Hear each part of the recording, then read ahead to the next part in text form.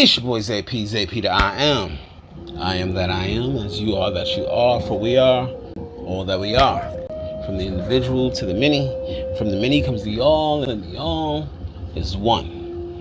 And your boy's back at it, back with a brand new video today. I want to drop a new concept on you. And so with that said, this video is all about why you, in all honesty, cannot experience oneness in this lifetime. Sorry to say, I don't mean to bust your bubble, but you're never going to experience it in this life. It just is what it is.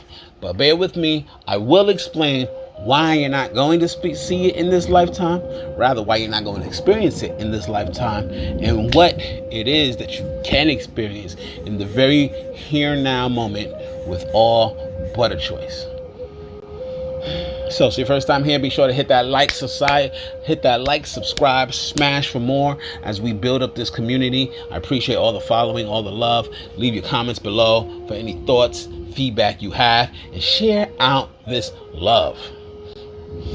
So that was said. So with that said, oneness. Why can't you experience oneness in your life? Well, I'm gonna make this as easy and simple as possible. We are in the physical realm. Basically, what that means is we're in the realm of separation. We are in the realm of individuality. And that by nature, that by definition, is completely the opposite of oneness.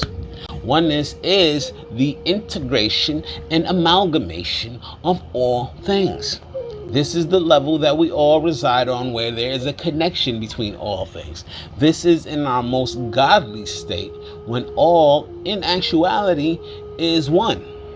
But as you can see, as you can look around us, there is plenty around us that is not one in this physical realm. And as a matter of fact, when you look to the skies and you see this physical universe, all these things look separate. Why? Because we are in the realm of separation, right? And so with that, you're not going to experience oneness, because all of this is but a journey back to oneness, back from whence we came, back to the perfection that we once were, that we always have been, that we still are, but that we will not experience as we are experiencing this experience that is separation. This experience that is individuality. This experience that is ego.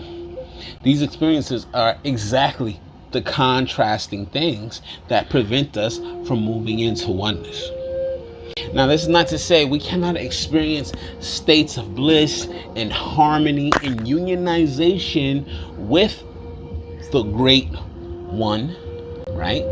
The grand one, the all, the source, the ultimate self, capital S, right? This is not to say we cannot experience moments of that in our lives, especially those who do the deep work, the deep digging work.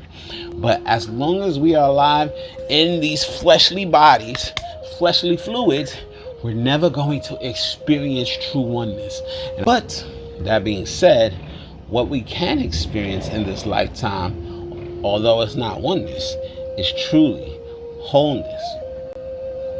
So what Spirit's been given to me is that wholeness is in fact oneness within the individual. See, within ourselves, we have multiple aspects. There's multiple parts. We walk around life fractalizing ourselves, leaving shattered bits and pieces of our souls here and there, leaving our inner child back there and this aspect of ourselves here or there, having all sorts of discord, animosity, and issues throughout life that tear and fractalize us. We have all sorts of various aspects of ourselves, from different masks that we might wear, right? All of these different ways of being that has really splintered our psyches in ways that we don't recognize. See, we think it's okay that we can go from one place to the next and be how we need to be in those specific environments, but then reject all the rest of ourselves. And we don't realize that all we've done over time is split ourselves into bits and pieces. The fact of the matter is, this is kind of what Source has done, right? All is an aspect of Source, but Source has fractalized itself into lots of tiny little units of energy called individuals, individual people, individual animals, individual planets, individual stars, lots of little individual things out there. And so until all these little individual things can coagulate and come back together, we as individuals cannot experience oneness. It just contradicts what is. But we can experience wholeness. And what that means is coming into balance with ourselves. This means doing your shadow work. This means owning your dark side just as much as you own your light. This means not rejecting the dark and only trying to stay in the light, because what you end up doing is trying to spiritually bypass a whole 50% of yourself. None of us are so pure and holy that we can just say there's no dark in us. The idea is that we recognize that dark in us and we start to transmute it. We start to work with that energy, right? None of us can say that we are just so much light that we don't cast shadows. Anything that is physical enough to cast light must cast a shadow. It is what it is. That is physics, and that is the laws of nature in this physical space, in this physical plane. And so what does that mean? Well, that means that as we do our work to reclaim these aspects of ourselves, to bring these things back into balance, to process our dark so that it is not a dark that we are running away from, but we are using our light to balance it out, right? We are using our dark to strengthen our light. The dark is helping to ground it, make it powerful, make it palpable here in the physical. We need some of that, unfortunately, on this physical realm.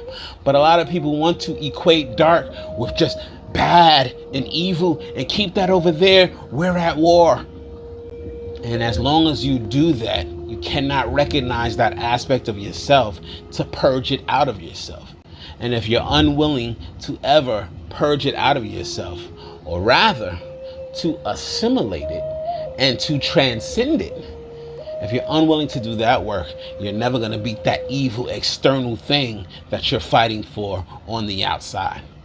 Too many people are so busy ranting and raving and trying to beat that external evil force that they never look within to recognize that there are forces within that need to be balanced.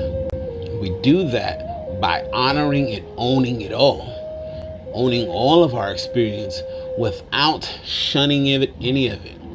We do that by being our adult selves, but going back and grabbing our inner child and bringing that inner child with us, right? We do it by owning our bipolar nature, the goods and the bads, the ups and the downs, not pushing away the sadness when it rises, but acknowledging there's sadness there, accepting it so that we can move forward into the joy. It is when we push away the sadness. No, I'm not sad. I never get sad. I can't face the sad. That all of a sudden the sad freaking sticks around for way longer than it needs to. Now you're depressed. Now we're dwelling on our sob stories for the rest of our lives, and we never move forward. And so while we cannot experience the bliss that will be when we reintegrate back to source, when we reintegrate back into oneness, and even then there will never be the full-on oneness until all of everything reintegrates back into that singular 0 point. But this means the end of all things, right? Although the end of all things is but the beginning of all things yet again, because it is all but a breath. That said, that's another video, but that said, that's why you won't ever experience oneness in this particular life. The goal, the mission is to achieve wholeness, because wholeness is oneness within.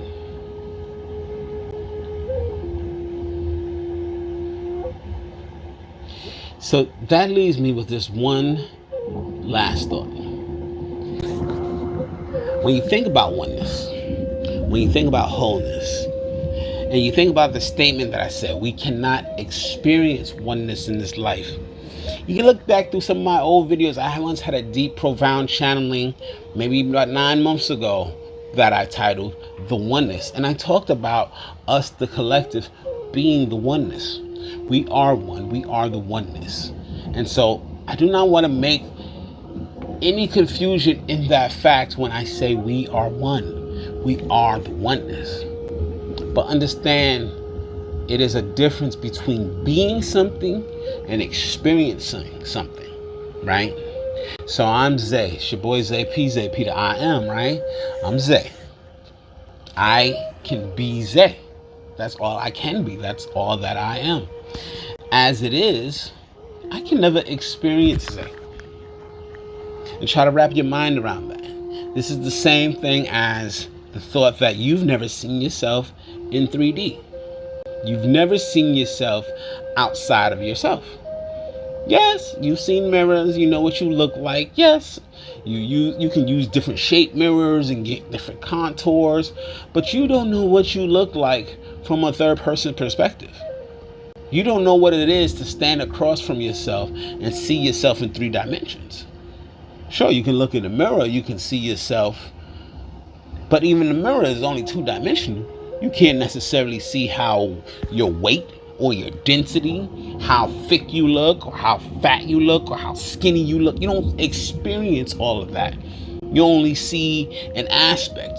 You see that front-facing reflection. Maybe you turn yourself to the side, you see a little bit more whether you're thick or not, right? But now you're missing all of that. You don't actually see yourself in the third person.